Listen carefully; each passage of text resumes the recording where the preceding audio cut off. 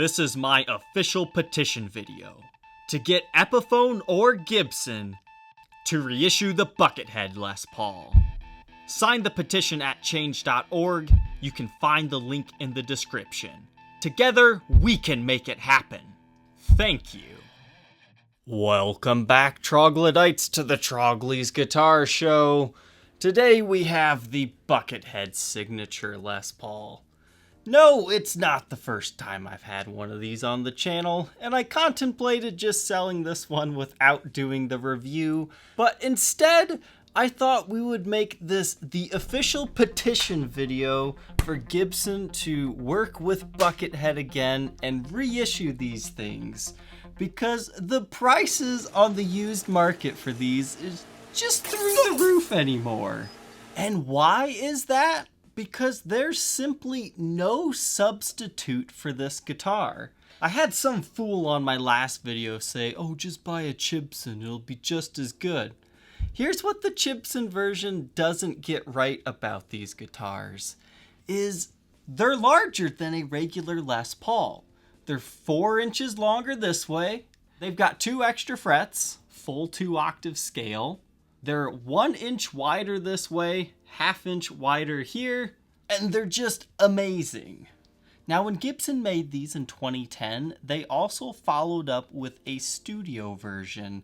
And the difference between the true signature and the studio is basically a gloss finish instead of matte, and you have binding. But the used market dictates that there are not enough true signatures out there, and there's not even enough studios out there. Gibson or Epiphone really needs to get on board and reissue these things. Now, I don't want an exact reissue of this guitar because that would completely destroy the market for these, and I think it would upset some people. I think we can all agree this original design, if you're a Buckethead fan, it's beautiful. But if you look at Buckethead's old Les Paul custom, I think he just had one of his customized. I really don't know a lot about it. But on his, it was like an outline of the custom block inlay. So if they were to reissue these guitars, I would want them to either do the outline or take it a step further and make it completely beautiful. Use black stained Mother of Pearl for the Gibson logo and give it a custom one. That would be beautiful. I think it would be nice if the reissues also got binding on the neck like that one he was using. Personally, as a player, I kind of like unbound necks, but I really want to change the reissue up a little bit, so I think binding would be a nice touch, and I think we should go for white arcade style buttons. I think it would also be a really cool idea if they had the Axcess heel cut away, or at least a little bit off so you can get better upper fret access. That would be awesome. Everything else can stay the same. I don't know, maybe make those ones a true 28-inch baritone scale instead of the 27-inch scale on this one. Or maybe instead of redesigning the whole guitar, we do the exact opposite color-wise just to change things up. And maybe scratch the idea for the Les Paul. Let's get the Buckethead Signature Flying V. If you haven't seen that one, it has like the KFC stripes on it. I don't know if we can do that or not. I guess KFC doesn't really like Buckethead. But it's a flying V with a reverse styled headstock. I think that would be awesome to see a Gibson custom version of that, even if it's only like a limited run of 100. And Epiphone definitely needs to get on board too. I would love a version just like this. It doesn't even have to have the binding, it could be like the studio version, but just give it the Epiphone branding, but keep the body the same oversized chambering, make it the 27-inch scale, keep it with the Gibson USA pickups. If they can do it with Brendan Small and recreate not one, but 2, the Thunder Horse and Snow Falcon, and actually improve those models in the Epiphone lineup, they need to do it with Bucketheads. So if you're with me on this official proclamation of needing some sort of reissue of a Buckethead guitar, follow the link in the description and sign my petition, share the video, and tell me in the comments section how you would design the next Buckethead. or at least say, Gibson or Epiphone, make another one. So now that my official proclamation is over, once again, these are interesting guitars. They're oversized Les Pauls, 27-inch scale, bigger than normal, chambered mahogany body. It still has the maple top and mahogany neck. If you look up on the Gibson website, it'll say Richlight fretboards. That was only towards the very end of the run. They had to update their site, so the bulk majority of them will have ebony, and I'm pretty darn sure this is an ebony version. If you've never played one of these, definitely do. This is like the biggest sounding Les Paul that you will ever play. You've got hot ceramic pickups in here. I would be very interested to see what like a pair of 57 classics or, vintage T-tops or Shaws would sound like in here. Because this oversized chambered mahogany body, it's a really powerful guitar. It could also just have to do with it being a baritone scale. I really need to try some of the other baritones that are out there that Gibson has made. There's an SG1, which is basically Buckethead's SG. And then they also have a studio version that does have the true 28-inch scale. So if you're interested in learning more about this guitar or Buckethead in general, I would suggest checking out my last Signature video. I didn't have time to polish up my Buckethead riffs, so I'm sorry, but you can check out these other videos where it's played more expertly, but here's a brief clip to show you that this one at least works.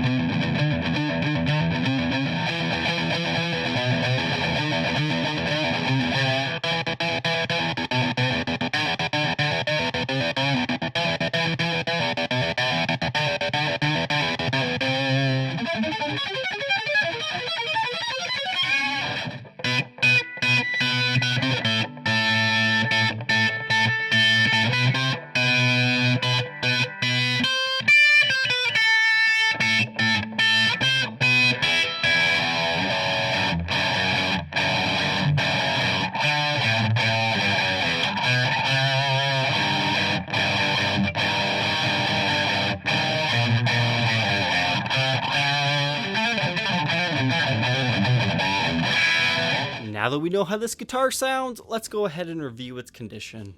This guitar is actually in pretty darn good shape, and the reason why I chose this one is because the lacquer has aged to kind of a yellow hue.